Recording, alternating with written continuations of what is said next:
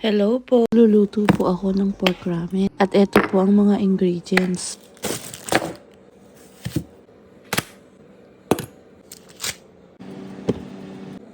Pinakuluan ko na yung baboy para lumambot. At habang nagpapakulo ay hiniwa kong na nga po pala yung mga kakailanganin kong ingredients. At nagluto rin ako ng hard-boiled egg. At nung lumambot na yung baboy ay hinango ko na siya. At hiniwa ko siya ng bite size. Madali lang pong lutuin ito at saka po masarap.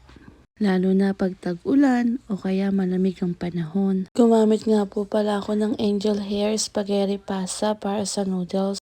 At habang pinapakuluan ko yung pasta, nagisa nga po pala ako ng bawang, sibuyas at yung baboy. Tapos nilagyan ko lang po siya ng salt and pepper para magkalasa yung baboy. At pagkatapos ko itong gisahin, ilalagay ko yung kalahati sa noodles, tapos yung kalahati pang toppings.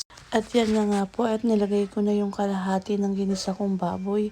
Tapos lalagyan ko lang siya ng salt, pepper, at saka cubes. Papakuluin lang ng konti, tapos ilalagay ng vegetable. Papakuluin lang at eto na po, ready na po siya.